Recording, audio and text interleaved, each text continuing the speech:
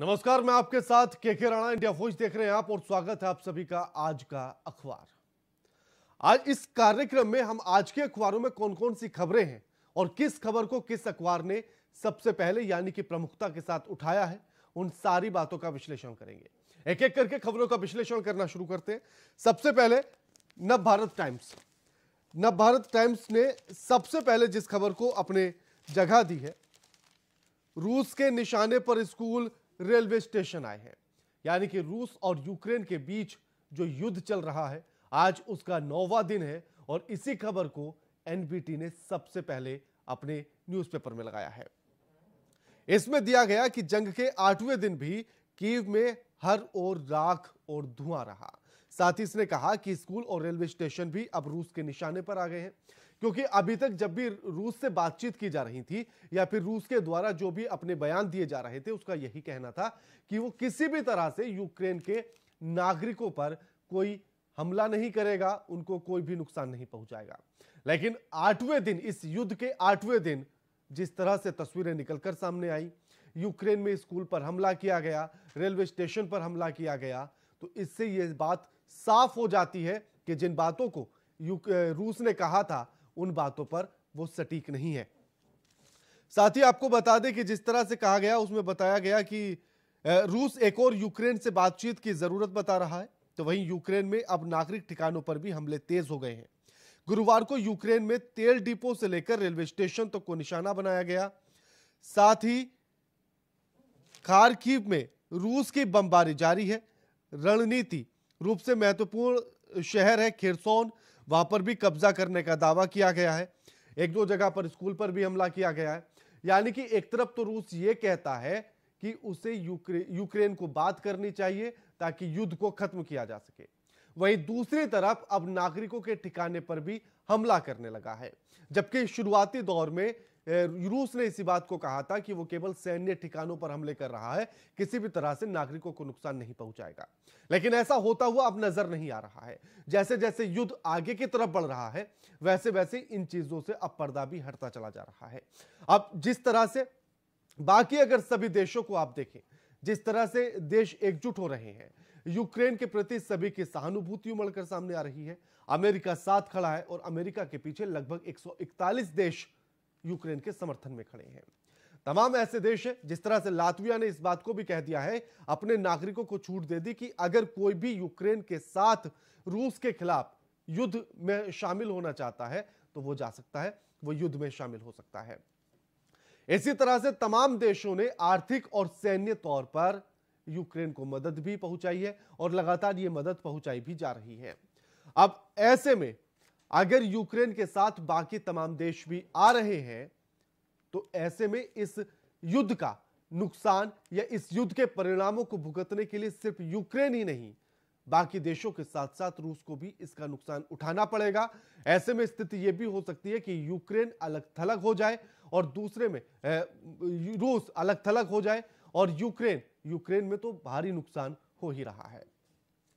साथ ही जिस तरह की चीजें अभी तक निकलकर सामने आ रही हैं और जो तस्वीर यूक्रेन और रूस के युद्ध को देखकर उभर रही है, उसमें ऐसे में तृतीय विश्व युद्ध की तस्वीर भी देखी जा रही है। कहा जाए कि इस बात का अंदेशा भी, इस बात के कयास भी लगाए जा रहे हैं कि कहीं ये जो तस्वीरें हैं, क्या ये तीसरे विश्व युद्ध की आहट तो नहीं है। साथ ही अब इसके बाद अगली खबर की तरफ चलेंगे।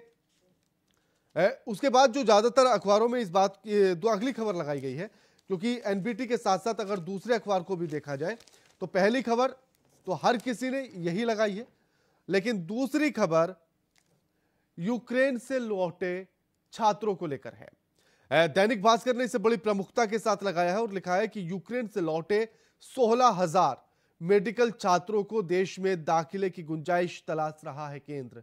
क्योंकि प्रधानमंत्री नरेंद्र मोदी ने जो यूक्रेन से छात्र लौटे उनसे मुलाकात भी की है वाराणसी में और तमाम बातों का उन्होंने जिक्र किया।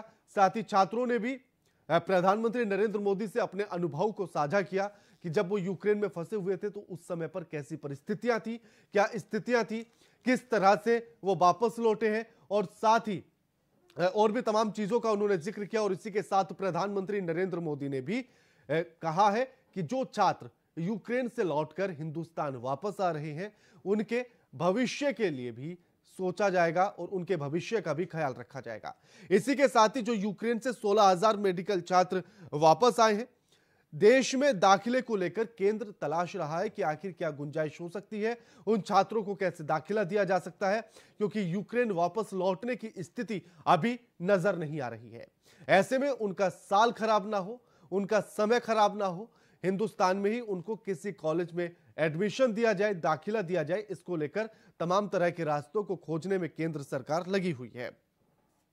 इसके साथ एक बड़ी अहम खबर है, क्योंकि ये लगातार इस खबर को प्रमुखता से उठाया भी जा रहा है।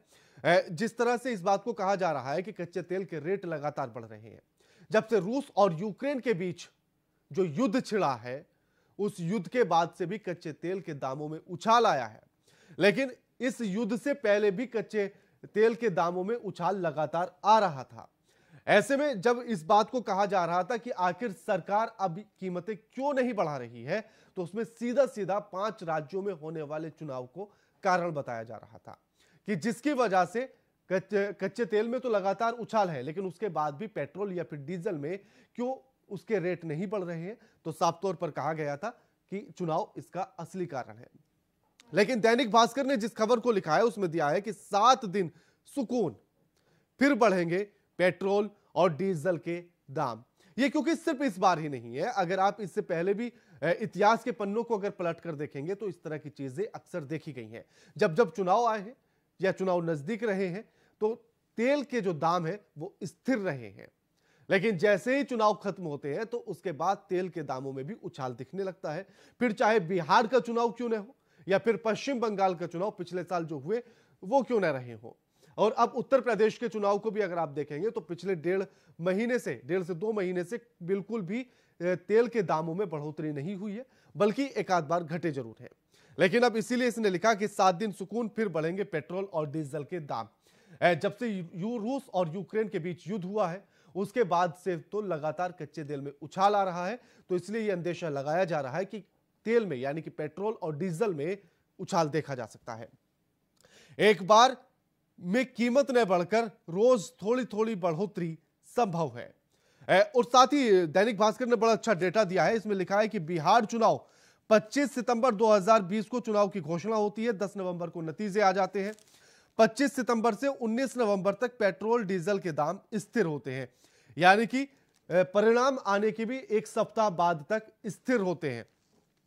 जबकि इस दौरान क्रूड यानी कि जो कच्चा तेल है वो 41.35 डॉलर से बढ़कर 43.34 डॉलर प्रति बैरल हो जाता है, यानी कि लगभग कच्चे तेल में उछाल आता है $2 प्रति बैरल का, लेकिन उसके बाद भी पेट्रोल और डीजल के दाम नहीं बढ़ते हैं। उसके बाद लिखा कि 20 नवंबर में दाम बढ़ना शुरू होता है और अगले 18 दिन में 15 बार दाम बढ़ाए जाते हैं थोड़े थोड़े करके। फिर पश्चिम बंगाल के चुनाव को लेकर भी लिखा है कि 26 फरवरी 2021 को चुनाव की घोषणा होती है, 2 मई को नतीजे आते हैं, तो 28 फरवरी से 3 मई तक पेट्रोल और डीजल के दाम स्थिर होते हैं, जिन बातों का जिक्र मैं भी कर रहा था। जबकि इस दौरान क्रूड ऑयल है यानी कि कच्चा तेल है वो 61.22 डॉलर से बढ़कर 64.73 डॉलर प्रति बैरल हो जाता है। अगर आप इस आंकड़े को भी देखेंगे तो लगभग $3 प्रति बैरल से ज्यादा कच्चे तेल में बढ़ोतरी होती है। 4 मई के बाद यानी कि 2 मई को नतीजे आने के बाद 4 मई के बाद दाम बढ़ना शुरू होते हैं और अगले 75 दिन में 41 बार कीमतें बढ़ाई जाती हैं। अब उत्तर प्रदेश यानी कि मौजूदा समय की बात कर लेते हैं। 8 जनवरी 2022 को घोषणा होती है और 10 मार्च को अभी नतीजे आएंगे। पूरे चुनाव के दौरान अब तक दामों में बढ़ोतरी बिल्कुल भी नहीं हुई है, जबकि क्रूड के दाम यानी कि कच्चे तेल के दाम 73.30 डॉलर से बढ़कर $100 प्रति बैरल के पार पहुंच जाते हैं। सोचेगा कि लगभग $30 प्रति बैरल से ज्यादा का उछाल कच्चे तेल में, लेकिन उसके बाद भी हिंदुस्तान के भीतर डीजल और पेट्रोल के दामों में कोई भी बढ़ोतरी नहीं होती है। अब यही कहा जा रहा है कि जैसे ही चुनाव के नतीजे निकलकर सामने आएंगे उसके बाद दामों में बढ़ने की शुरुआत भी देखी जाएगी। इसके साथ ही और जो खबरों का जिक्र भी हम कर लेते हैं, अन्य अखबारों को देखेंगे दैनिक जागरण, दैनिक जागरण ने भी जो सबसे पहले खबर ली है, उसमें सबसे पहले खबर यही ली गई कि आखिर रूस और यूक्रेन के युद्ध को लेकर। दूसरी सबसे अहम खबर इसी से जुड़ी हुई यह है कि भारत के तटस्थ रुख पर सरकार और विपक्ष एक साथ है, क्योंकि अभी तक यूक्रेन और रूस का युद्ध जो चल रहा है उसमें हिंदुस्तान ने अभी तक किसी भी देश यानी कि या ना तो रूस का और ना ही यूक्रेन का खुलकर समर्थन किया है और ना ही किसी का विरोध किया गया है। आखिर हिंदुस्तान इन पिछले 8 से 9 दिन में आखिर तटस्थ क्यों बना हुआ है, यह सवाल है। लेकिन ऐसे में सरकार और विपक्ष दोनों एक साथ है। इसके तमाम कारण हैं, क्योंकि रूस के साथ भी हमारे बड़े अच्छे संबंध हैं और व्यापारिक संबंध होने के साथ साथ दिल से जुड़े हुए संबंध भी है।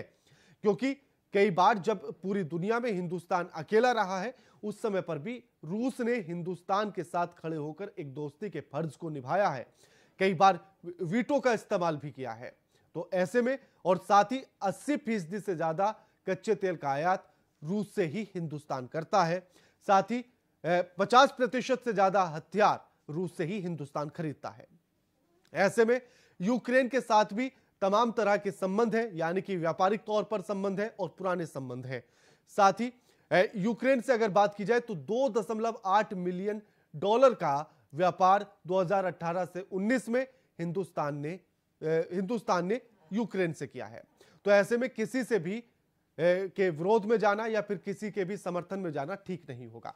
साथ ही अगर वो रूस के समर्थन में आ जाता है तो यूक्रेन के साथ यानी कि पश्चिम देशों के साथ जो हिंदुस्तान की नजदीकियां हैं वो दूरियों में बदल सकती हैं।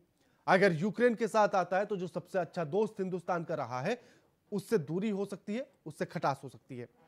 लेकिन सबसे अहम एक और खबर इसी में है कि छठे चरण में 57 सीटों के लिए जो मतदान कल हुआ वो 55.70 रहा। ये अगर पिछले चुनाव के आंकड़ों से आप अगर इसका मिलान करते हैं तो ये कम रहा, क्योंकि 2017 में इन्हीं 10 जिलों की 57 सीटों पर यानी कि छठे चरण का जो चुनाव का मतदान रहा था वो 56% के पार रहा था, लेकिन इस बार 55.70 पर ही अटक गया है।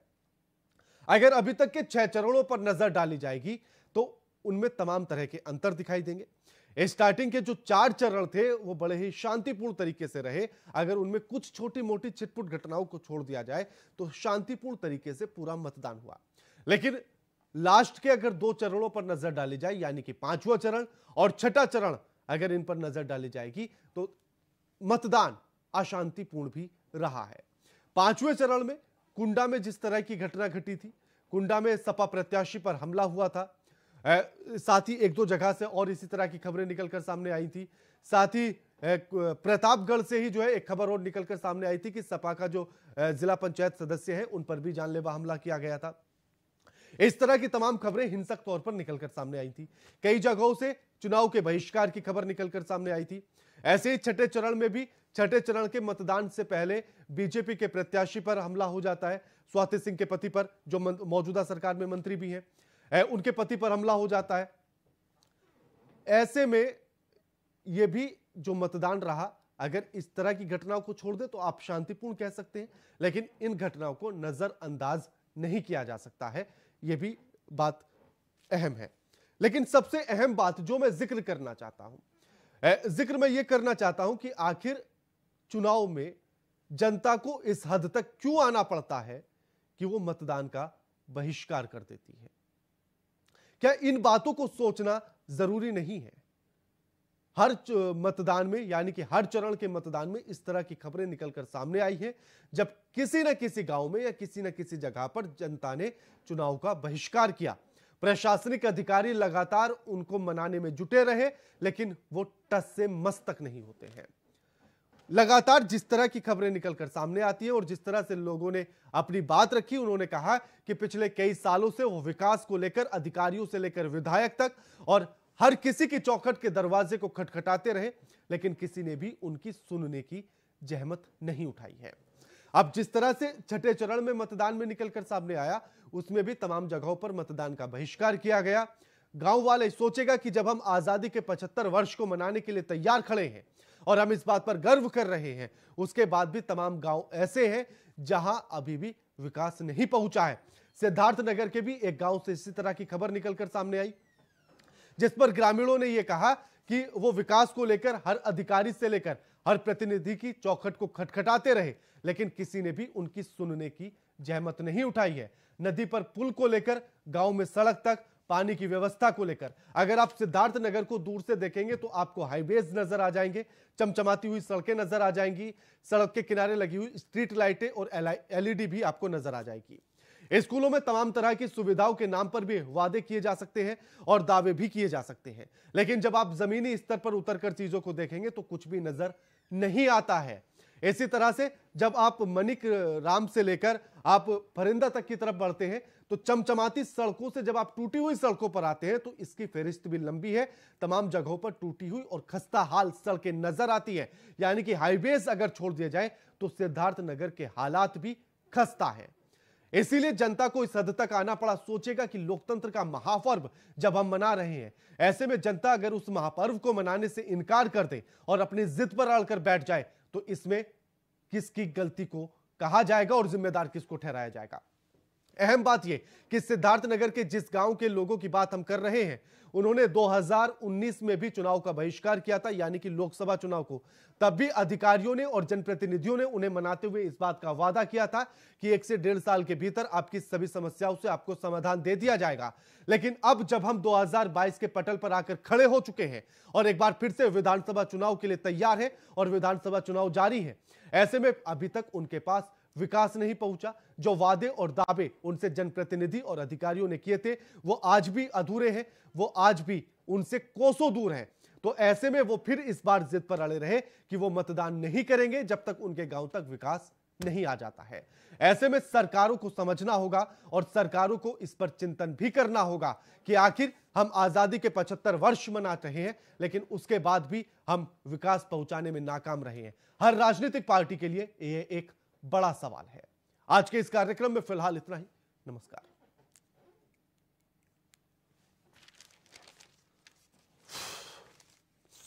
ज्यादा बड़ा हो गया क्यों जी महाराज?